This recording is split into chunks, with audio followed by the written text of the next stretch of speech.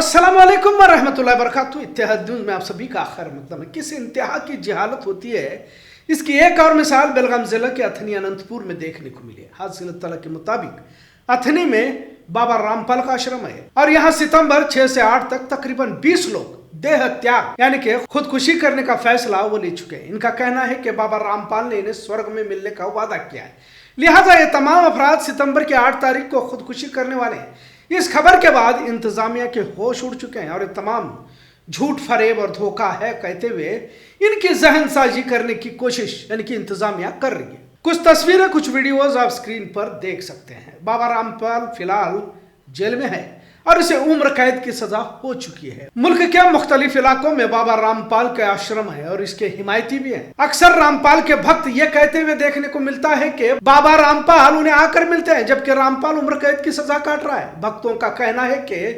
भगवान के हुक्म पर हम स्वर्ग जाने वाले हैं और यह हमारा फैसला है। लिहाजा पुलिस ने बताया कि अगर ये अपने फैसले से पलट नहीं गए तो इन पर पुलिस कार्रवाई करेगी। ये तमाम भक्त अथनी, पुना, बीजापुर के बताए जा रहे हैं। पुलिस जहनसाजी की कोशिश तो कर रही है पर इन तमाम पर किसी तरह का फर्क, किसी तरह का असर नजर नहीं आ रहा। बाबा रामपाल आखिर है कौन? आइए हम महान बाबा की भी तारीख को समझने की कोशिश करते हैं। भारत में आपको हर गली मोहल्ले में इस तरह के ढोंगी बाबाओं की फसल लहलाते हुए देखने को मिलती है।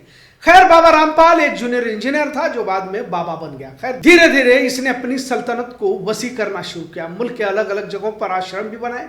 जुलाई 2006 में रामपाल के करौंदा आश्रम के पास आर्य समाज के हिमायती और बाबा के हिमायतियों के बीच तशद्दुद कायम हो गया। जोरदार लड़ाई होगी जिसमें एक शख्स की मौत हो गई। रामपाल पर उस वारदात को भड़काने का इल्जाम लगाया गया और कत्ल के इल्जाम में गिरफ्तार भी किया गया। 2014 में जब पुलिस रामपाल को एक और कत्ल के मामले में गिरफ्तार करने गई तब सतलोक आश्रम में उनके भक्तों और पुलिस के बीच जोरदार झड़प हो गई। इस झड़प के दौरान 4 खवातीनों और एक बच्चे की भी मौत हो गई।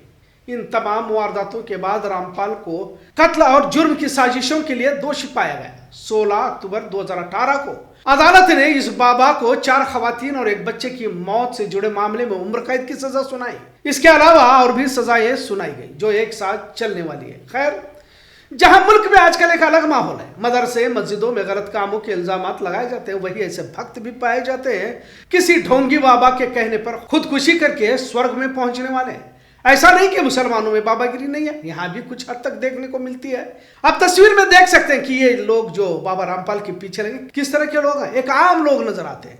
जहालत इल्म की कमी पर आती है और मुस्लिम समाज में भी बाबाओं के पास जाने वाले जाहिल किस्म के लोग ही होते हैं। ऐसा कहा जाए तो गलत ना होगा, लेकिन अक्सरियत हिंदू समाज में इस तरह की धोखाधड़ी ज्यादा है। तभी तो भाजपा जैसी सियासी पार्टी मुस्तकिल जीत दर्ज करती रहती है। अब कुछ नाम भी देखिए, अगर वैसे तो तवील फहरिस्त है, लेकिन आसाराम बाबू उर्फ आशुमल शिरमरानी, गुरमीत सिंह उर्फ राम रहीम, सुखिंदर कौर उर्फ राधे मां, सच्चिदानंद गिरी उर्फ सचिन दत्ता, ओम बाबा उर्फ विवेकानंद झा, निर्मल बाबा उर्फ निर्मलजीत सिंह, इच्छाधारी भीमनाथ उर्फ शिवमूर्ति द्विवेदी और भी तवील फहरिस्त को पेश किया जा सकता है। एक ने तो कैलाश नाम का हिंदू राष्ट्रीय बना लिया है, उसका नाम नित्यानंद स्वामी, और किस तरह की हरकत करते हुए पकड़ा गया था सभी ने न्यूज चैनलों के जरिए से देखा है। लिहाजा इल्म इंसान को सही राह दिखाता है, गुमराह होने से बचाता है। मुसलमानों में भी आपको गरीब, मजदूर या दरमियानी क्लास के वो लोग फंसते हुए देखने को मिलते हैं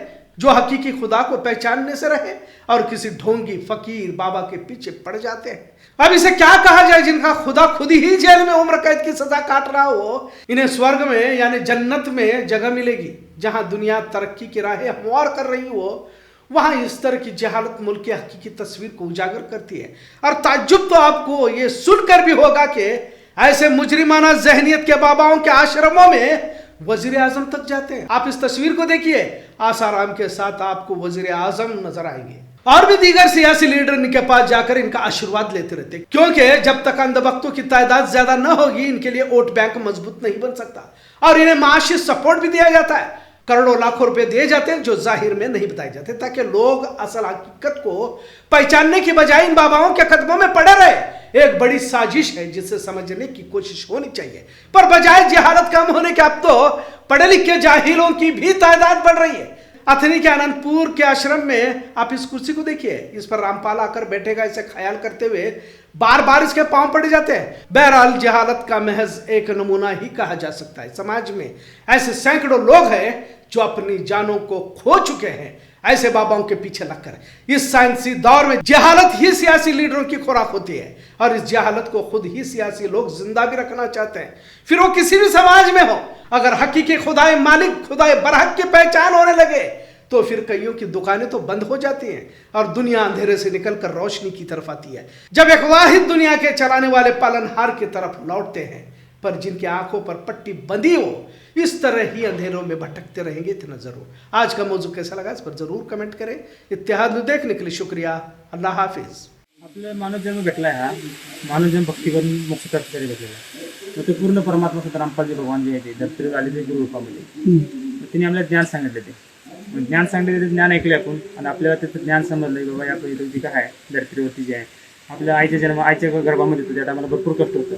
तर आपलं बाहेर आल्यानंतर हे तर किती हे आपले म्हणून मी म्हणून आपलं म्हणून आपण काय करतो, सगळं आपल्याला मानतो, जाताना सगळं सोडून जावं लागतं। परत नंतर ही जन्म गेल्यानंतर परत आपल्याला चौऱ्याऐंशी मी भोगायला घेते। आपण भक्ती नाही केली, आपण पूर्ण परमात्मा शरीरामध्ये नाही गेलो आणि तुला परत 84 गेली जावं लागतं। जैसे भक्ति करते हैं परमात्मा प्राप्ति के लिए, जैसे पढ़ाई करते हैं नौकरी प्राप्त करने के लिए ना, वैसे भक्ति आध्यात्मिक क्षेत्र है, भक्ति करते हैं परमात्मा प्राप्ति करने के लिए। अब परमात्मा को समय आ गया, भक्ति पूरी हो गई, परमात्मा प्रकट होकर बता दिया कि मैं लेके जाऊंगा। आपका फैमिली वगैरह कुछ सब है, बच्चे लोग नहीं बच्चे नहीं, पीछे हैं।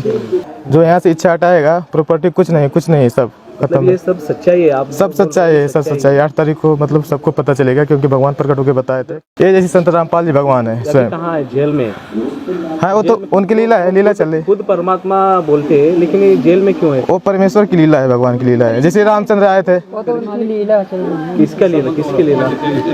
परमात्मा का। जैसे रामचंद्र आए थे, उनको वनवास हो गया था, उतनी समय तो जंगल में चले गए थे। अब यहाँ तो वर्तमान में जेल में तो सब कुछ मिल रहा है ना। आता हे झालं, हे प्रवचन झालं, हे सगळं तुम्ही बोललं आहे, कारण ह्याच्यातच तुम्ही काय म्हणता, ह्याच्यातच ही अंधश्रद्धा आहे। मग आता देव म्हटलं तर कुठं आम्हाला मनशांती, आम्हाला काय आमच्या मागीतून धरून काय आलंय त्याप्रमाणे आम्ही जायचं आहे। बरोबर, ह्याच्यात देवच आम्हाला घेऊन जातोय, देवच ही तर उतरतोय म्हटलं तर आधुनिक युगामध्ये आम्ही शिक्षणमधलं सांगणार। बरोबर आहे, वैज्ञानिक युगामध्ये आहे आम्ही सगळे। बरोबर, की देवच येतोय, आता इथंच उतरतोय, आम्हाला घेऊन जातोय म्हटलं तर आम्ही आमच्या पद्धतीनं खोटं म्हणून सांगतोय। हां, म्हणजे वैज्ञानिक मी सांगत नाही, विज्ञान सांगतो। विज्ञानासाठी बरोबर आहे। विज्ञान बी कसं माहिती काय, विज्ञानच्या अनुसार विज्ञान चालतंय, ज्ञानानुसार ज्ञान चालतंय। मग ते ज्ञानीचं आणि विज्ञानचं कधीही जमलेलं नाही। ते म्हणते मी शाना, हे म्हणते मी शाना, मग दोघांचं सारलं जातं। देव काय म्हणतो, तू बी शाना हो, तू बी शाना हो, माझं चालू दे। मग ते काय म्हणते मध्ये ती विज्ञानाला त्याला पटत नाही, किंवा अतिशयाना बैल रिकामा असतो तो विज्ञान मला माझ्यासारखं हेच बस करते, कोणा कालवड करते। आणि ज्ञानी जे असतोय सगळ्याला नंबर असतोय, वाकून असतोय, मग त्याला देव सांग। ಹೀಗೆ ಸೆಪ್ಟೆಂಬರ್ 28 21 ಜನ ದೇಹತ್ಯಾಗವನ್ನು ಮಾಡ್ತಾರೆ ಅನ್ನೋ ಬಗ್ಗೆ ನಮಗೂ ಶಾಕ್ ಆಯಿತು। ಕೊನೆಗೆ ನಮ್ಮ ತಹಶೀಲ್ದಾರ್ ಅಥಣಿಯವರಿಗೆ ಮಾತಾಡಿದಾಗ ಇಲ್ಲ ಸರ್ ನೀನು ಹೋಗಿ ಬಂದಿದ್ದೀವಿ, ಅಲ್ಲಿ ಬರೀ 5 ಜನ ಇದ್ದಾರೆ ಅಂತ ಹೇಳಿದರು। ಕೊನೆಗೆ ನಾನೇ ಮಾಡಿದೆ, ಇವತ್ತಿನ ದಿವಸ ಬರ್ತೀನಿ ಅಂತೇಳಿ ನಾನು DYSP ಅವರು, ನಮ್ಮ ತಾಲೂಕು ಆರೋಗ್ಯಾಧಿಕಾರಿಗಳು, ತಹಸೀಲ್ದಾರ್ ಚಿಟ್ಕೋಡಿ ಮತ್ತು ತಹಸೀಲ್ದಾರ್ ಅಥಣಿಯವರು, ಅವರು PS ಅವರು, CP ಅವರಲ್ಲದೆ ಇವರಿಗೆ ಮನವೊಲಿಕೆಗಾಗಿ ನಮ್ಮ ಸ್ವಾಮೀಜಿಯವ್ರನ್ನ ಸಹಿತ ನಾನು ಕೌಲ್ಗುಡಿ ಸ್ವಾಮೀಜಿಯವರು ಮತ್ತು ನಮ್ಮ ಲೋಕಲ್ ಇರ್ತಕ್ಕಂಥ ಅನಂತಪುರ ಸ್ವಾಮೀಜಿಯವ್ರನ್ನ ಕರ್ಕೊಂಡ್ಬಂದು ಅವರ ಮನವರಿಕೆಗಾಗಿ ಕರ್ಕೊಂಡ್ಬಂದು ಅವ್ರ ಜೊತೆ ಬೋಧನೆಯನ್ನು ಮಾಡಿಸಿದ್ದೀವಿ। ಸಕ್ಸಸ್ ಆಯಿತಾ? ಅದು ಬೋಧನೆ ಸಕ್ಸಸ್ ಆಗಿದೆ। ಈಗಾಗಲೇ ಏನು ಅವರು ಮೊದಲಿಗೆ ಒಬ್ಬರು ಬಾಬಾನ ಇದನ್ನು ಮಾಡ್ತಿದ್ರು, ಪೂಜೆಯನ್ನು ಮಾಡ್ತಿದ್ರು, ಮತ್ತು ಅವರಲ್ಲಿ ಸತ್ಸಂಗ ಅಂತಕ್ಕಂಥದ್ದು ಏನೋ ಮಾಡ್ತಿದ್ರಂತೆ। ಎಲ್ಲ ಜನ ಕೂತ್ಕೊಂಡು ಅವರು ವಾಟ್ಸಪ್ನಲ್ಲಿ ಮತ್ತು ಫೋನ್ ಮುಖಾಂತರವಾಗಿ ತಮ್ಮ ಸಂದೇಶಗಳನ್ನು ಹಂಚ್ಕೊತಾಯಿದ್ರು ಅಂತ ಹೇಳಿದರು। ಆದರೆ ಇವರಿಗೆ ಕೆಲವೊಂದು ಏನಿದೆ, ಹಿಂದೆ ಜೀವನದಲ್ಲಿ ಕೆಲವು ಘಟನೆಗಳು ಸಂಭವಿಸಿದ್ದಾರೆ। ಆ ಸಂಭವಿಸಿದಂತಹ ಘಟನೆಗಳನ್ನು ಮರೆಯೋದಕ್ಕೋಸ್ಕರ ಆಗಲಿ ಅಥವಾ ನಾವು ಮುಕ್ತಿ ಕಾಣ್ತೀವಿ ಅಂತಕ್ಕಂಥದ್ದನ್ನು ಏನು ಇಟ್ಕೊಂಡಿದ್ದಾರೆ, ಅದರ ಮೂಲಕವಾಗಿ ಒಬ್ಬ ಯಾವುದೋ ಪುಸ್ತಕವನ್ನು ಓದಿ ಜೀವನದ 50 ಏನೋ ಒಂದು ಪುಸ್ತಕ ಇದೆ, ಆ ಪುಸ್ತಕವನ್ನು ಓದಿದ ಆಗಿದೆ ಅಂತ ಹೇಳಿದರು। ಆದರೆ ಆ ಪುಸ್ತಕವನ್ನು ನೋಡಿದ್ವಿ, ಅವ್ರು ಹೇಳ್ತಕ್ಕಂಥ ಬಾಬಾ ಏನಿದ್ದಾರೆ ಈಗಾಗಲೇ ಅವರು ತಮ್ಮ ಕಸ್ಟಡಿಯಲ್ಲಿದ್ದಾರೆ ಮಹಾರಾಷ್ಟ್ರದಲ್ಲಿ, ಅಂಥವ್ರನ್ನ ಪೂಜೆ ಮಾಡ್ಕೊಂಡು ಹೋಗ್ತಾ ಇರೋದು ಸರಿಯಲ್ಲ ಅಂತೇಳಿ ನಾವು ಕೂಡ ಹೇಳಿದ್ವಿ। ನಮ್ಮ DYSP ಅವರು ಸಾಕಷ್ಟು ಮನವೊಲಿಸಿ ಅವರು ಹೇಳಿದರು। ಅವ್ರ ಜೊತೆ ಇನ್ನೂ 4 ಜನ ಬಂದಿದ್ದರು, ಹರಿಯಾಣದಿಂದ ಪೂನಾದಿಂದ ಬಂದಿದ್ದರು। ಅವರು ಕೂಡ ನಾವು ಕೇಳಿದಾಗ ಇಲ್ಲ ನಮ್ಮ ಕನಸಲ್ಲಿ ಹೇಳಿದರು ಬಾಬಾ, ಅದಕ್ಕೆ ನಾವು ಇಲ್ಲಿಗೆ ಬಂದಿದ್ದೀವಿ, ನಾವು ಮೋಕ್ಷವನ್ನು ಕಾಣಬೇಕು. ಇದು ಕೇಳಿದಾಗ ನಮಗೂ ಇದನ್ನಾಯಿತು. ಅದಕ್ಕೆ ನಮ್ಮ ಸ್ವಾಮೀಜಿಯವರು ಏನೈತಿ ತಮ್ಮ ಧಾರ್ಮಿಕ ಇರ್ತಕ್ಕಂತಹ ಬೋಧನೆ ಮುಖಾಂತರವಾಗಿ ಅವ್ರ ತಲೆಯಲ್ಲಿರ್ತಕ್ಕಂಥ ಏನು ಇದು ಇದೆ ಅದನ್ನು ತೆಗಿಸಿ ನಾವೆಲ್ಲ ಒಳ್ಳೆ ರಿಟರ್ನ್ ನಾವು ಬಂದಂಥ ಜಾಗೆ ಹೋಗ್ತೀವಿ ಅಂತ ಬಗ್ಗೆಯೂ ಕೂಡ ಹೇಳಿದರು.